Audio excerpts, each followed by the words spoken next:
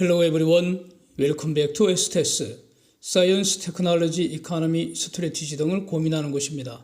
미국에서 인플레이션 감축법 IRA, Inflation Reduction Act 지금 시행을 앞두고 있는데 한국에서 만들어서 미국으로 수출하는 현대차, 기아차 등의 배터리 전기차가 이러면 내년부터 미국에서 보조금 지급 대상에서 누락된다. 뭐 이런 거 아닙니까? 그래서 지금 초비상인 것 같습니다. 최근 미국 시장에서 현대, 기아 이 전기차 점유율이 급상승을 해서 테슬라 다음으로 이제 2등 했다는 뉴스에 호재다 이러고 있었는데 아주 이제 대형 악재가 지금 터져갖고 충격이 더 큰 것 같습니다. 그래서 이거 대응 전략은 이번에 같이 준비를 했는데 양이 너무 많아져서 할 수 없이 이제 별도 영상으로 해야 될 것 같고요. 이런 것들의 전제라고 할 수 있는 도대체 이 배터리 전기차 미래가 어떨지 이게 더 근본적인 문제 아닌가 싶어서요. 이것부터 다시 한번 고민을 해보려고 합니다.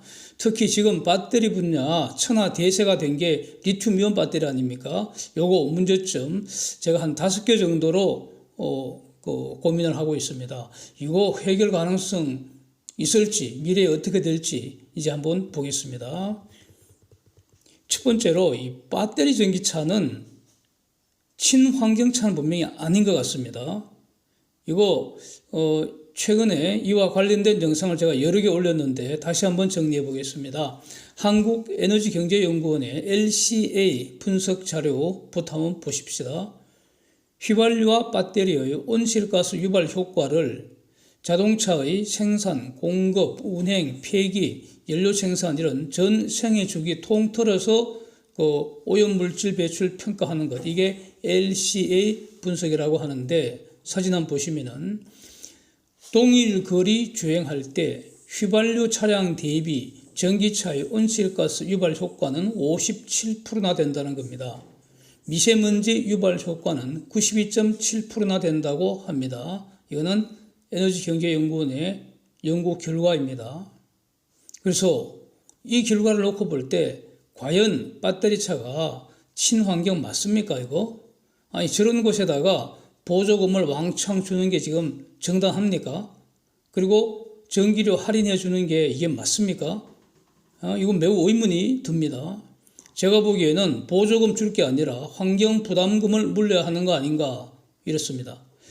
배터리 차는 운행 과정에서 온실가스 배출은 없지만 배터리 생산 과정에서 엄청난 온실가스가 배출한다는 겁니다. 자동차로 인한 미세먼지는 타이어 마모, 브레이크 패드에서 주로 발생한다고 하는데 이것은 차량의 중량과 가장 큰 관련성이 있다고 합니다. 이어서 한번 그 아래에서 두 번째 그 주제로 볼 겁니다. 그래서 휘발유와 비교할 게 아니라 가령 천연가스와 비교하면 어떻겠습니까? 그래서 저 비율 훨씬 더 올라가지 않겠습니까? 가령 시내버스에는 압축가스, 그러니까 컴프레스드 내추럴 가스, CNG로 운행하는 차량도 있지 않습니까? 일반적으로 천연가스는 휘발유보다 에너지 밀도가 훨씬 더 높고 온실가스 배출도 적고 다른 대기 오염 물질도 거의 없는 청정 연료라고 하지 않습니까? 그래서 이것과 만약에 그 배터리 전기차를 비교하면은 위에서 봤던 그 비율이 훨씬 더 올라갈 거다 이겁니다. 그러니까 배터리의 친환경성은 매우 의심스럽다는 겁니다.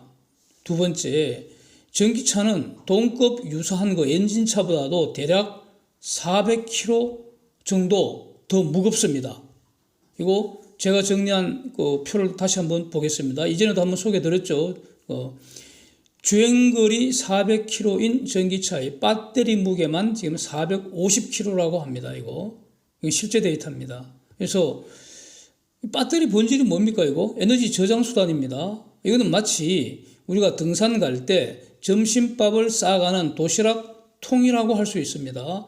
도시락 통을 들고 다니는 것은 100%는 에너지 낭비입니다. 그러니까 가급적 도시락 무게를 줄여야 합니다. 그래서 100kg급 이 무박 장거리 산행 갈 때는 보통 한 토요일, 금요일 밤 시작해서 토요일 밤 새고 이렇게 100km 산행하고 할 때는 이 도시락이 무거우면 안 되죠. 배낭이 가벼워야 되니까. 그래서 주먹밥으로 해서 비닐봉지에 담아간다는 겁니다.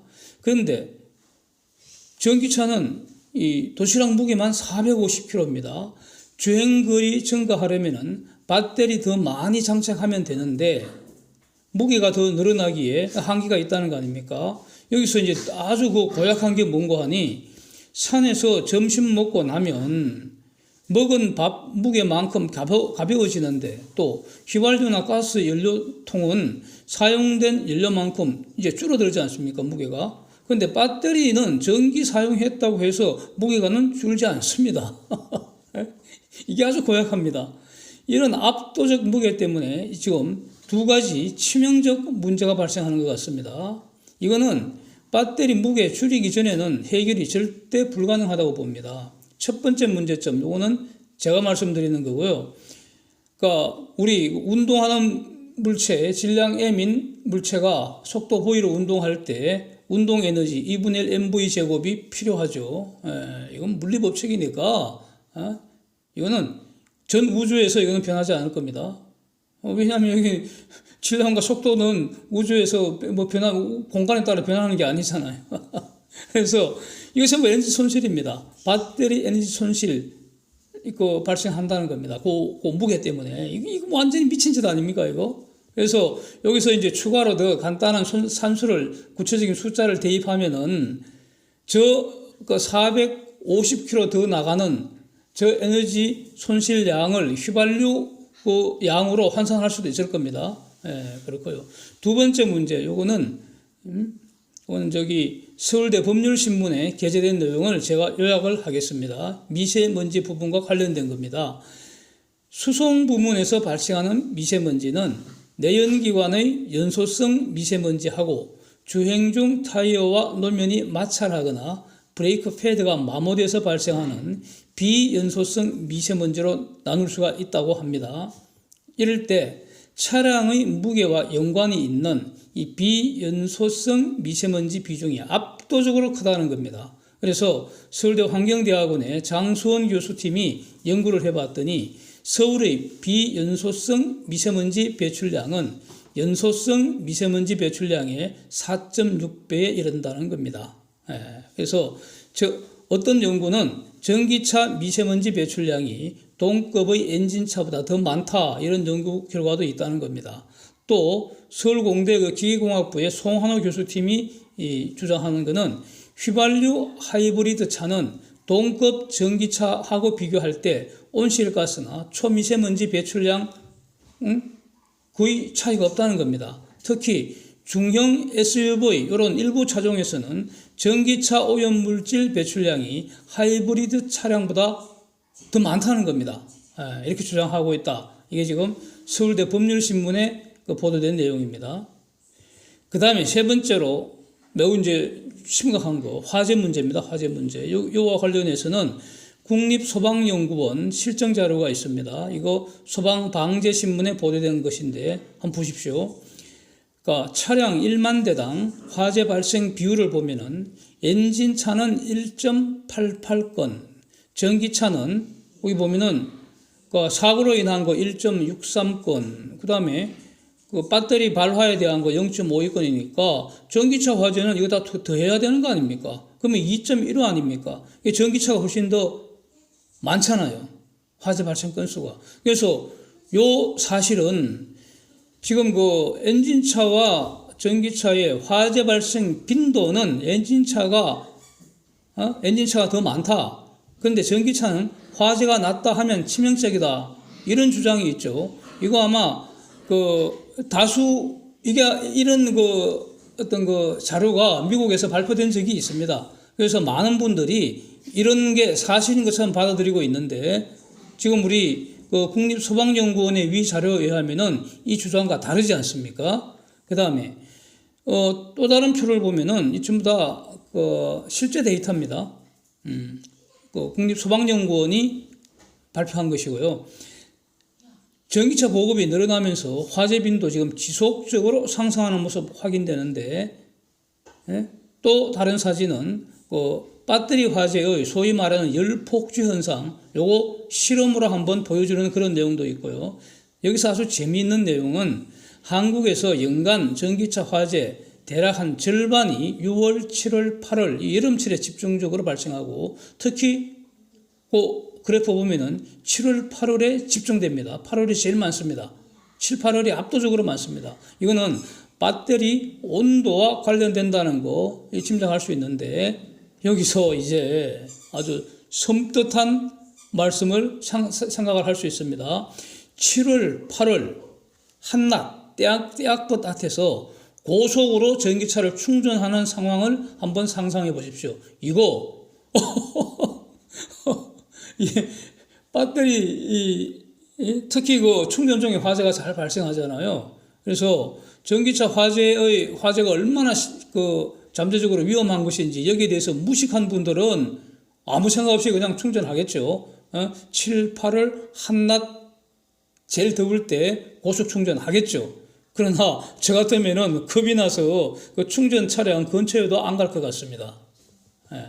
그래서 문제는 이 전기차 화재에 배터리로 전이 되면은 특히 열 폭주 현상 때문에 소화가 불 끄는 게 너무너무 어렵다는 거 아닙니까? 그래서 아예 그런 경우에는 통째로 물속에 푹 그냥 완전히 잠궈 버려야 한다. 그게 지금 추천되고 있다는 거 아닙니까? 그래서 그 전에는 그냥 보통 그냥 갖다 뿌려갖고는 도대체 진화가 안 된다는 겁니다. 예? 그래서 그 전기차 화재 비법이라고 지금 소방 실무에서 지금 정리되고 있는 게 이런 내용인 것 같습니다. 전기차 불타고 있으면은 그냥 물 갖다 뿌려서는 안 되고 빨리 전기차 차량 주위에 저수용 댐 같은 거를 급조를 한다는 겁니다. 그래갖고 그 댐에다가 물을 가득 채워서 불타는 전기차를 완전히 물에 푹 잠기게 해야 한다는 겁니다.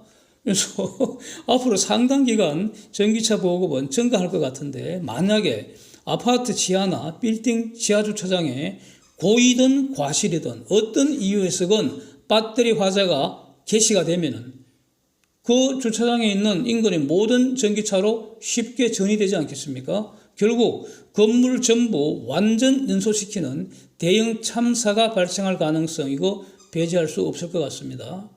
엔진차에서는 일어날 수 없는 재앙이 배터리 전기차는 매우 높은 가능성이잖아요. 그래서 그럴 경우에는 결국 그 지하 주차장 전체를 지하 물탱크처럼 물을 가득 채워야지 그 소화되지 않겠습니까? 결국 다른 방법이 없을 것 같아요. 지금 우리가 알고 있는 그 지식으로는. 그래서 만약에 아파트나 빌딩에 주차하는 누군가가 우리 주차장에는 전기차 주차 금지를 정식으로 요구한다면 이거 막을 근거가 있을지 이거 의문입니다. 네 번째는 이 전자파 문제입니다. 예전에 그 휴대폰 배터리가 고용량화되면서 전자파가 무슨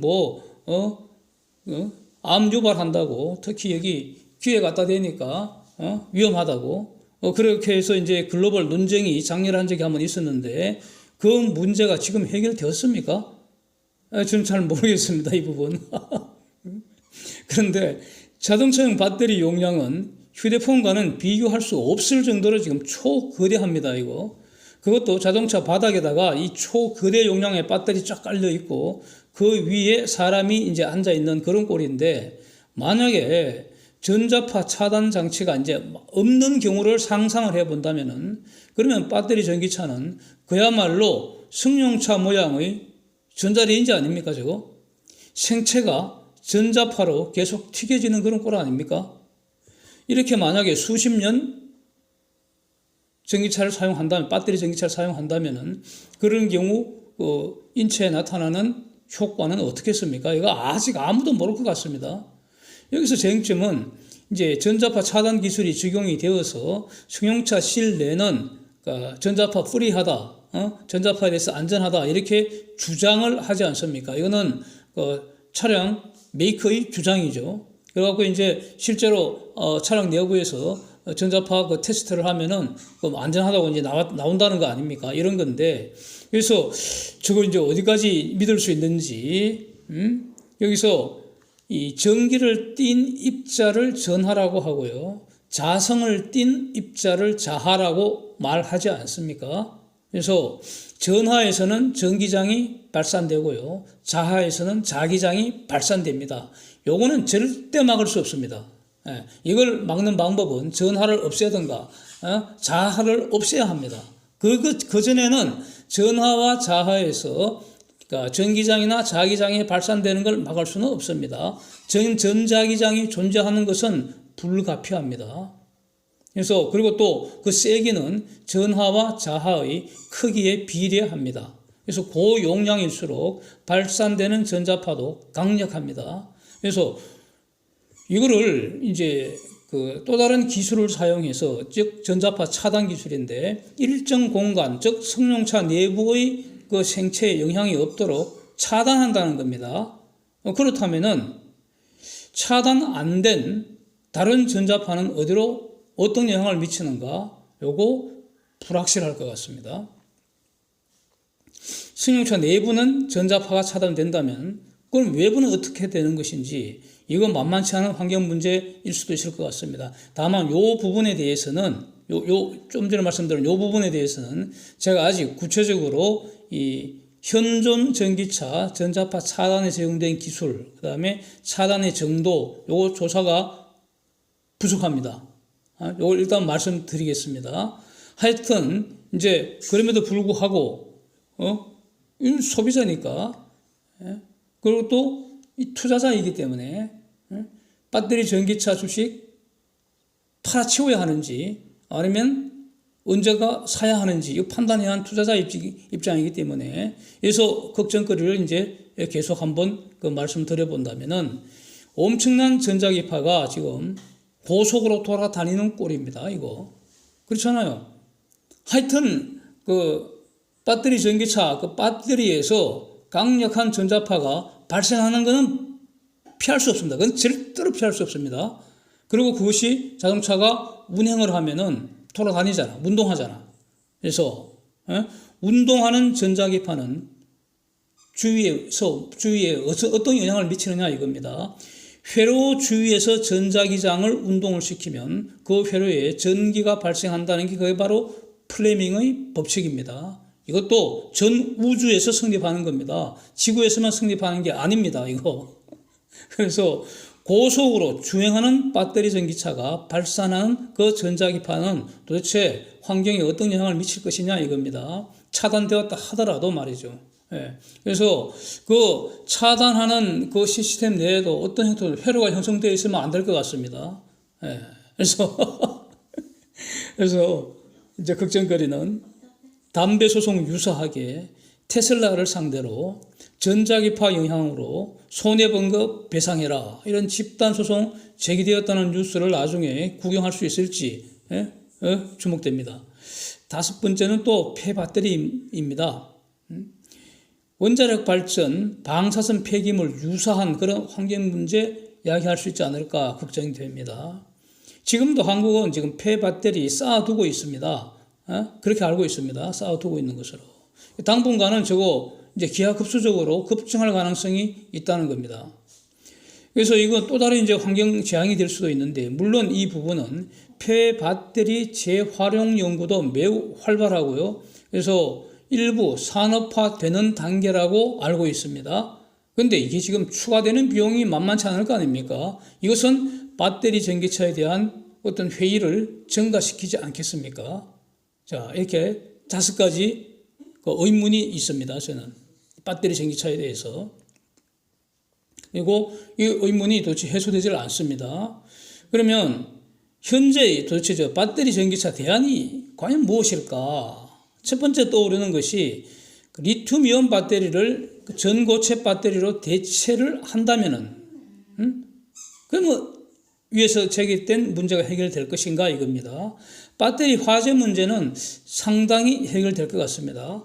다른 4가지 문제는 지금 그 구체적 모델이 제시되어야지 이게 추가 판단이 가능하지 않을까 싶고요. 그래서 여전히 걱정은 남는다, 해소되지 않는다 이런 거고, 그 다음에 또 만약에 지금 그 LPG 차량 잘 돌아다니지 않습니까? 그 유사하게 LNG 차량이 전면 보급이 되고, 그러니까 승용차에도 말이죠. 그러니까 버스에는 그 가스 추진하는 천연가스 추진하는 압축가스죠. CNG 가스로 추진하는 버스가 많이 있는데 승용차에는 이제 LNG 영하 165도로 압축해서 갖고 다녀야 하는데 그 부분이 지금 일종의 배터리 전기차 나오고 하면서 기술 발전이 추가 기술 혁신 노력이 집중되지 못하고 좀 스톱된 거 아닌가 이런 어떤 느낌인데 하여튼 LNG 차량이 전면 보급되고 그다음 배기가스의 이산화탄소 포집 기술이 본격 상용화된다면 그러면 배터리 전기차의 운명은 어떻게 될 것인가 이런 겁니다. 예? 또는 또 있습니다. 또는 이 바이오 가스나 바이오 휘발유입니다. 예, 이 부분은 매우 친환경적이고요, 지속 가능합니다. 예? 대기 중에 탄소 중립입니다. 탄소 중립 이 부분은. 그래서 바이오 가스, 바이오 휘발유 생산 기술 이런 게 현저하게 진전을 보인다면은 그래서 수송 부분은 바이오 에너지만 사용하도록 할 수 있게 된다면 그러면 어떨 것인가 이겁니다. 그래서 LNG 차량이나 탄소 포집 기술이나 바이오 오일 생산하는 이런 기술, 바이오 가스, 바이오 휘발유 이런 거, 바이오 디젤 이런 거 이거 생산하는 기술 이런 분야 연구 개발하는 게 더 쉽지 않을까 하는 그런 의견입니다. 그래서 제가 이 유튜브를 하면서 저는 기본적인 견해가 지금 180도로 완전히 정반대로 바뀐 경우가 딱 한 개가 있습니다. 그게 바로 배터리 전기차에 대한 어떤 견해입니다. 제가 한 2, 3년 전만 해도 배터리 전기차 매니아였습니다. 배터리 전기차가 대세될 거다. 그 당시에는 그렇게 봤습니다. 물론 그 당시에도 수소 전기차는 꽝이라 아주 비판했었죠. 지금도 수소 전기차 입장은 마찬가지고요. 변화가 없고. 근데 배터리 전기차는 지금은 매우 회의적으로 이렇게 견해가 180도 변했습니다. 딱 한 개 있습니다. 이렇게. 그래서 지금 앞전 서론에서 말씀드린 것처럼 미국 전기차 보조금 제한하는 문제는 또 성격이 또 전혀 완전히 다른 문제입니다. 그래서 원래 같이 준비를 다 했는데 지금 양이 너무 많아서 일단 오늘은 여기까지 마치고요. 준비한 것은 다시 별도 영상으로 올리도록 하겠습니다. Thanks for watching. See you next time.